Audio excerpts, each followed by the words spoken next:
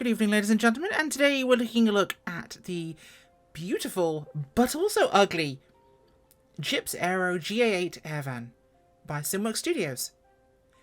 And that's grass. But fear not, because that's an Airvan. Now, this aircraft is coming out on the 21st of August, so it's a preview rather than a review. This is a release candidate I'm looking at, but it may change, who knows. But this is what I'm telling you ahead of time.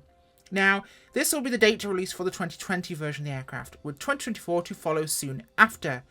Now, it will be available, I believe, on the website as well as the Marketplace, but Marketplace is what I'm being told for that release date. Now, this aircraft is all ready to rock and roll, so we'll have to see. However, now, there's two versions. We get the GA8 Airvan, the base version of the aircraft, for €27 on the website, $29-ish on the website. Now, this is the base aircraft on its own. So if you just want the simple aircraft without any additional features, you can buy that. Now, if you want the additional systems depth, the SystemPulse pack, the expansion, that is €14.99 on the website and or $17 on the Marketplace. So, a cheap addition. So total, you're talking about €45, about $45, which is, if you're comparing it to an A2 aircraft or another high-fidelity systems depth aircraft, which includes those features, I'd say this is in the ballpark. So price-wise similar, but if you don't want those additional features, you can have it without them for cheaper and upgrade later. I like that option. I think that's pretty cool. Now, this is working in 2020-24, but 24's version will come a little bit later. Now, both add-ons, of course, will come with native 24 versions that customers will get for free. I have to get all this information out of the way first, guys, okay?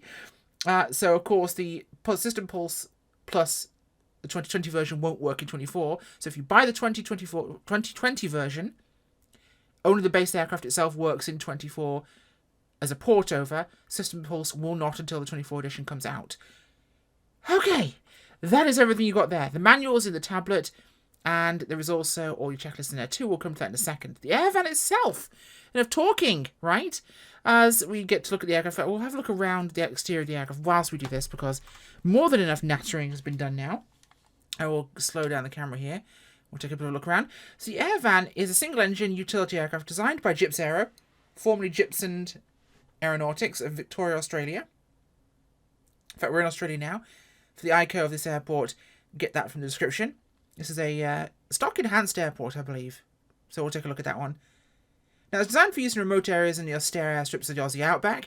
Things for passengers, freight service, sightseeing, parachute operations, intelligence, surveillance, reconnaissance, all those kind of things, search and rescue. It's a truck. It is a ute.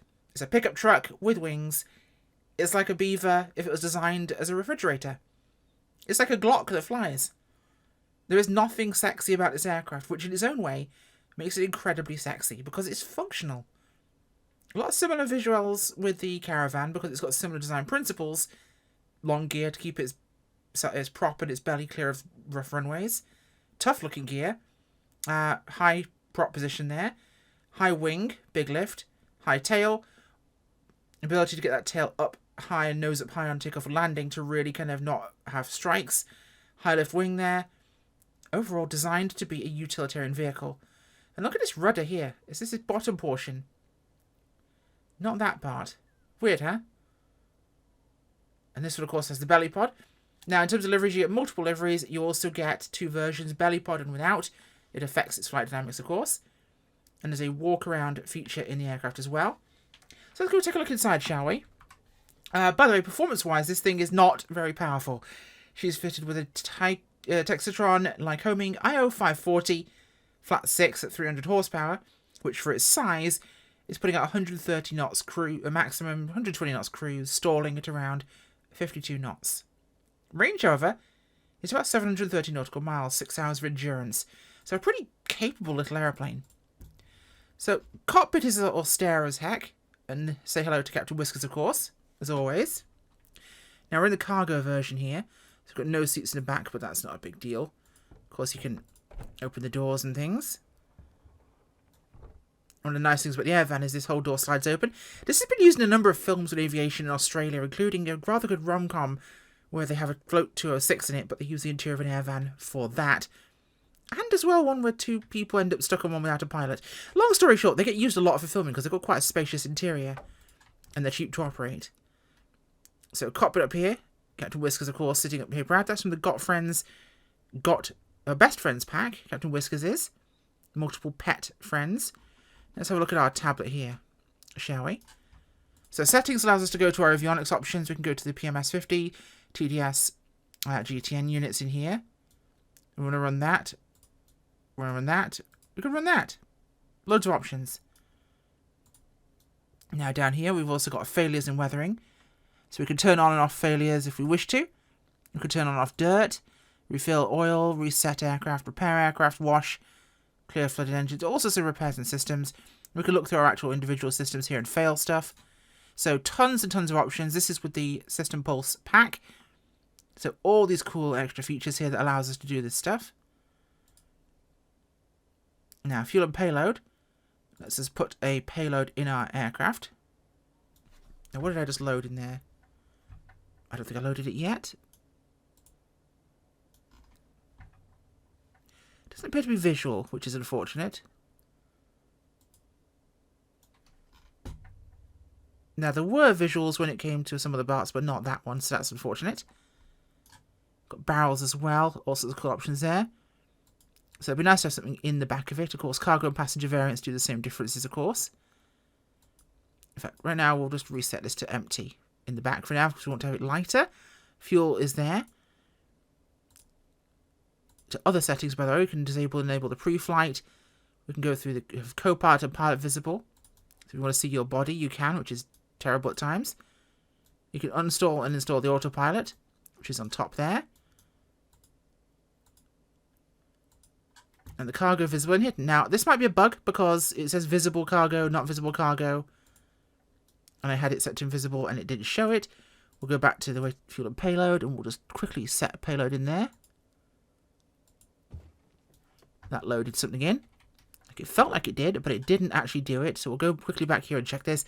Might be a bug, which hopefully will get fixed if it is.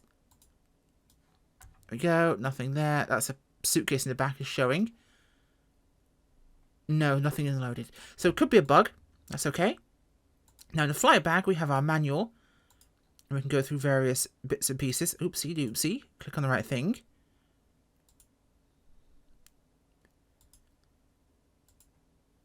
And we can go to various bits and bops here. I'm trying to remember which thing to click on.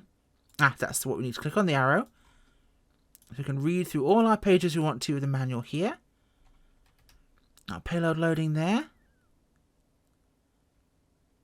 There we go. See? Boxes, stacked multiple times off each other, larger cargo types, barrels, generators. Take up more than one position. Oh, so you can have multiple things loaded at once. That's kind of cool. You can have the top bar to select it. If it's stackable, you can look at it multiple times. That's kind of cool. Once it's down to load, click on the station where you want it to load. Ah, I see. Right, let's see if we can make this apply. So we'll go to our payload here. Put those there. And one there. And we have a generator and some cargo. That is really neat. You can select where you want to put stuff. I love that. So we're bringing a Jenny out and some cargo. Nice. It's actually very, very neat. I won't put any more in because it's going to get heavy otherwise. But that is super neat. Love that. Checklists on here. So our various different checklists, of course. We can go through for the options. The angle of this is kind of a little irritating. We can make it go away or disappear by clicking the click spot on the side there. I'd love to be able to tilt this around so the lighting doesn't quite get in my eyes all the time. Hard to look into at moments. We can go through our checklist with this. Starting engine, for example, parking brake, bus. All useful. Right, let's go and do this, in fact, shall we? So, master bus is on. Fuel pump on. Now, this is really cool in terms of its utilitarian functions, by the way. Sun visor. Little sun roof. There. When the sun visor's up, it's covering that and stopping the sun beating down on you. When it's open, you actually get the sun through. So that's super cool that it does two purposes. I actually rather like that. Okay. So, fuel is on. Mixture's off. That's at minimum, as it needs to be. Now, click on here for our yoke removal. So I need to do this at 2 hands. So let's go to our mags. To both, and I'll hold my hand on the fuel here.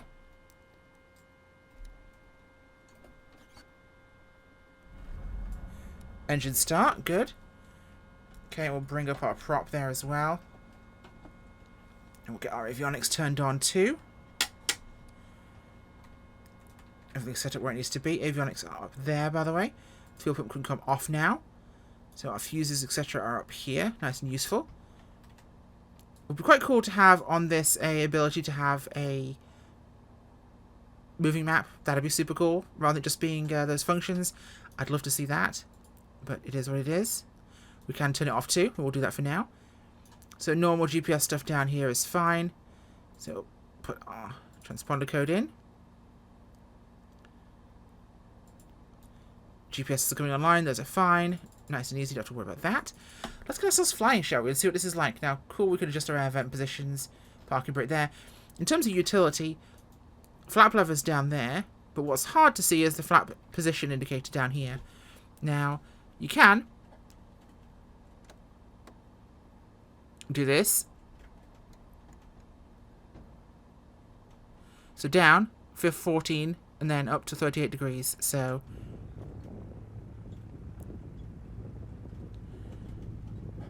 big barn door flaps there. Now let's beat this Lycoming engine, shall we? It's a Lycoming, we know what they sound like.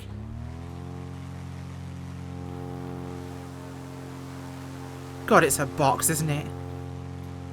But an adorable box all the same. Alright, let's get this yoke back on here. Let's get that down. I also love how big the pitch indicator is for a trim. Right there, see? Huge. So we'll go 1 notch of flaps here. And we'll diddly-do. Turn on this, and we should be good to rock and roll here. Had to fly this in Australia. It's an Australian plane, so that's very much necessary.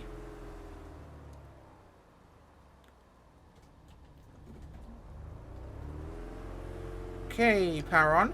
Airspeed is alive, if slowly.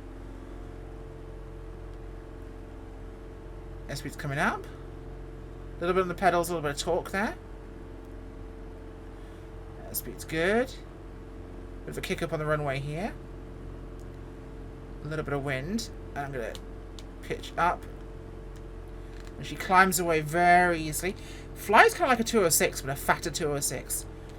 It's got way more capability in space, obviously. But she flies like a heavy 206. Got that Cessna vibe going on. Pull the flaps in there. Now, when she's heavier, she's a bit of a pig.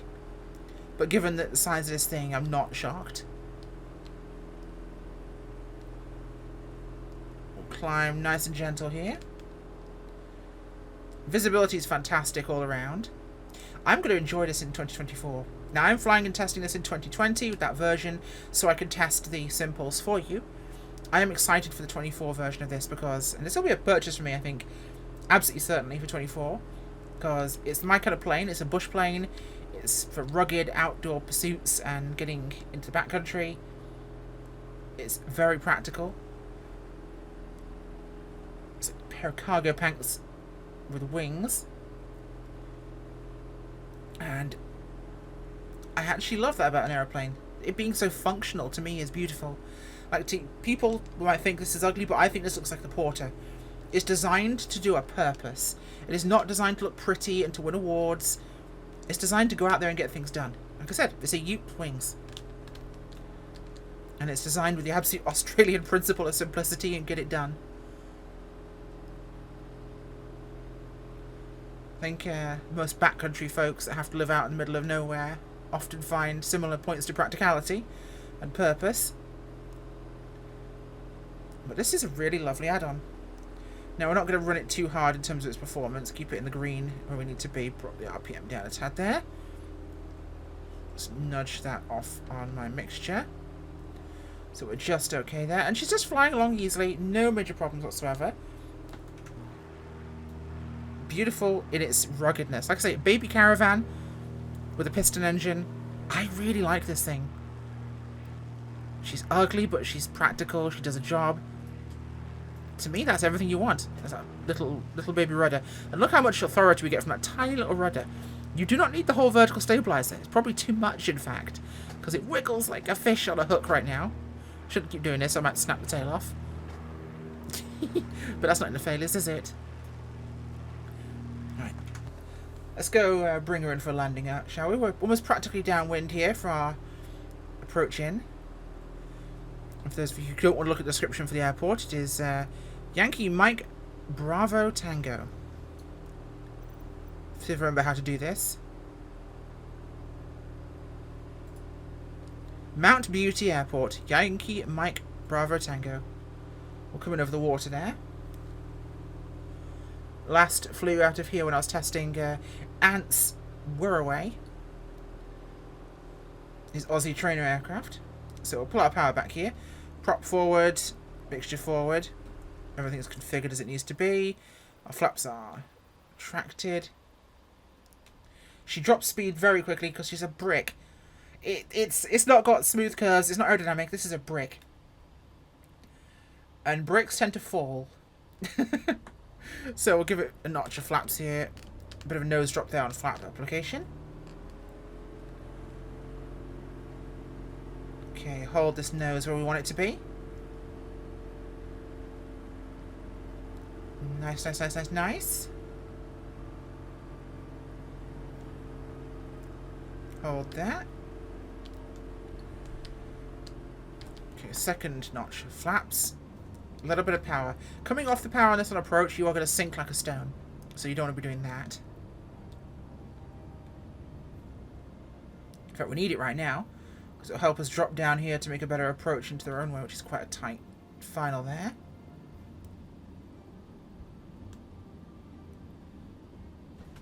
A little bit of a slipperoonie. Test how she handles that beautifully, as it turns out. Okay, we'll go. We are full flaps here, so we're a little bit high up for this, so this will be a real test of whether I can stick it in here without it causing any more trouble. So we'll come down a bit too low, then we'll pop up to burn some speed. See that levee there? Not a problem. Can't see the runway? Don't mind me. Over we go. Whoopsie daisy. And down we come again. And fully power off here.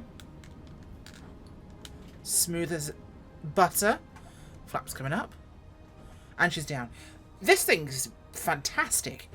I could stick this in a seriously small spot with very little trouble. It responds exactly as I want it to in every single way. It's rugged. It's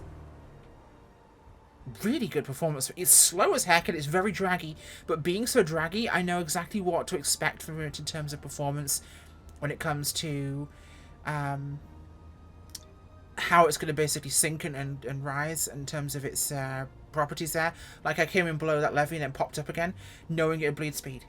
Because it's so draggy that the aircraft, I know it's going to come off there. And the more slippery an aircraft is, the worse they are often. In this case, this is like drag that happens to beat its way through the air. So it's going to do a lot of things you're going to ask of it, and it's going to manage it quite nicely. So, not a standard approach, but I do not care. In fact, if anything, a non-standard one is way more useful for us to see how it can behave. Because a nice, beautiful, stabilized approach is going to be not telling you a lot of information whatsoever about the aircraft. And this one will tell you, it will put out with some very serious abuse and still smoothly touch down with no trouble whatsoever. So, there we are. It is ugly as heck, but it's also beautiful in its own terrible way. Yeah.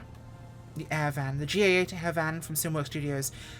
This is a day one buy for me for 2024, if I'm even in the country, which I won't be, but it will be a very soon buy for me when it comes to 2024. If I flew 2020, I would buy it on this. Thanks for watching. Bye.